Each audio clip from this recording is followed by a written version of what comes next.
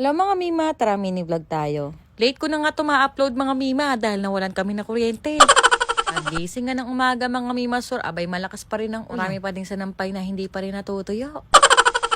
Utos ko nga dito sa panganay ko yung mga bagay na dapat niya ibaba. Nakakatuwa lang din, nakakagaan din ang gawain kapag may anak kang nauutos-utusan na. Isig ko nga ng umaga niyan mga Mima Sur, ako yung nag-ayos na ng aking mga paninda. Para mapaship na yung mga nag-mine sa aking MFF shop. Napakaganda talaga ng mga namay nila mga Minsan Mima. Minsan nga nahirapan ako i-let go yung napakaganda tapos kasyang-kasya sa akin.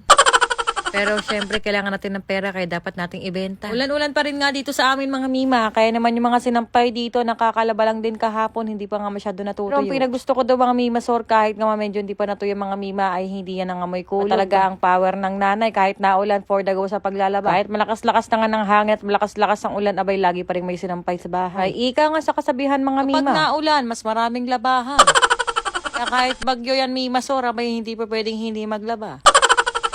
Kung mga oras na yun mga Mima Sor, meron pa kaming kuryente niyan sa bahay. Kaya naman nakakapag-print pa ako ng waybill ko Mima. Yung pasasalamat ko nga mga Mima Sor dahil kahit konti lang yung customer ko. Hindi ako kilalang seller. Nakas pinapasalamat ko talaga Mima Sor. May mga nagtitiwala at bumibili pa rin sa akin. Tama ang kasabihan mga Mima Sor. Hanggat may naniniwala at hanggat naniniwala ka sa sarili mo, for the go. Siyempre dapat wag tayong susuko at wag tayong panghihinaan ng loob. Hindi na nga lang natapos ko yung mga print ko Mima. Affiliate nga sana ako mga Mima Sor kaso biglang nawala ng kuryente. 2 oras na nga mahigit nawala pa rin kami kuryente sa bahay na decide ko na mga Mima Sor na mag-empake. Siyempre, bago ako mag-empake, nilinis ko nga muna itong kwarto namin mga Mima. Kung magkakaroon ulit ng kuryente, pagbalik namin, malinis yung bahay, matutulog at magpapahinga na lang. Nabalitaan ko kasi mga Mima Sor doon sa rider nga. May natumbang ang poste mga Mima. Kaya naman dito sa aming subdivision mga Mima, abay wala talagang kuryente. At syempre mga Mima Sor, kapag gantong walang kuryente, irritable yung mga anak ko. Lalo na yung bunso kong anak Mima. Kaya naman nag-empake na ako mga Mima Sor dahil napagplanunan ko nga mga Mima, doon na nga muna kami sa kondo namin. Para naman makatulog na maayos yung mga anak ko mga Mima. Kaya ang hirap din kumilos na walang kuryente at may mga anak ka pang maliliit. At isa din sa rason mga Mi, hindi ako makapag-reply na maayos sa aking mga customer pag wala tayong wifi. Kaya naman mga Mi, bago nga kami umalis niya, inasikaso ko nga muna itong mga pinagmamay na aking customer sa aking MFF shop. Anyway, kapag meron nga pala akong customer, nilalagyan ko yan ng free. Kahit new miner ka pa, nagalagay ako lagi ng free sa mga customer. Kaya naman, isa sa dahilan kung bakit hindi ako makapag-live mga Mima dahil pawala-wala ang kuryente dito sa aming subdivision. Lalo na kapag malakas ang hangin mga Mima. Nakakaloka nga mga Mima Sor kasi kung minsan naman walang kuryente, okay naman minsan biglang walang tubig sa prime water.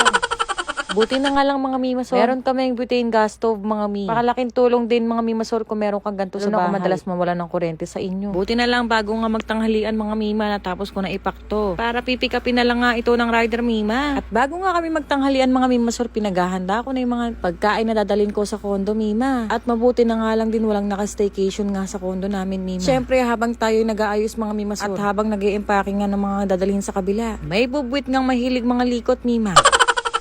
Tuwing may gagawin nga ako mga Mima, hindi po pwedeng hindi nanggugulo nga itong maliit kong anak. Naayos ko na kasi mga bibit-bitin na pagkain Mima Sor para may mga ngata-ngata yung mga anak ko dun sa kondo. Alam nyo ba mga Mima, nung hindi pa ako nagkakaroon ng anak na babae, sabi ko na sa sarili ko gusto ko talaga magkaroon din ng anak na babae. Sabi nga daw ang babae daw ay mahinhin Mima. Pero simula nung 1 taon mahigit ng anak ko. Pag babae pala anak mo Mima, yung likot niya katumbas ng 3 bata.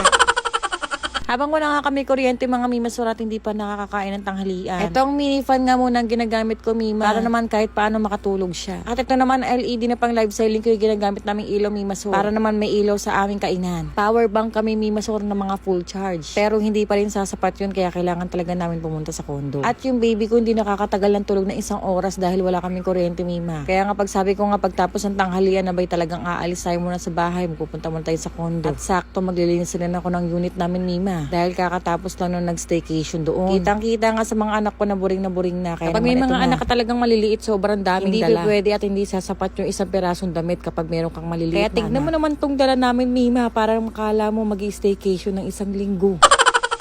Mas okay na din kasing sumobra sa pagdadala kaysa naman kulang yung maging bit-bit mo kapag may mga anak kang ganto kaliliit at ganto kakukulit. Yung gamit namin, kala mo mag-outing sa malayo-layo. Magpapalipas lang naman kami ng oras kapag wala pang kuryente. Ang hirap talaga din napapatulala Mima. Lalo na sa mga moment na kapag nanay ka na hindi pwedeng hindi ka nag-iisip tungkol sa pera. Abay kung nakakayama lang ang pag-iisip, siguro mayaman na talaga ako ngayon. Totoo naman kasi mga Mima, mahalaga ang pera sa atin. Dahil mga Mi, kapag wala kang pera, hindi mo mabibili yung mga pangangailangan ng anak mo.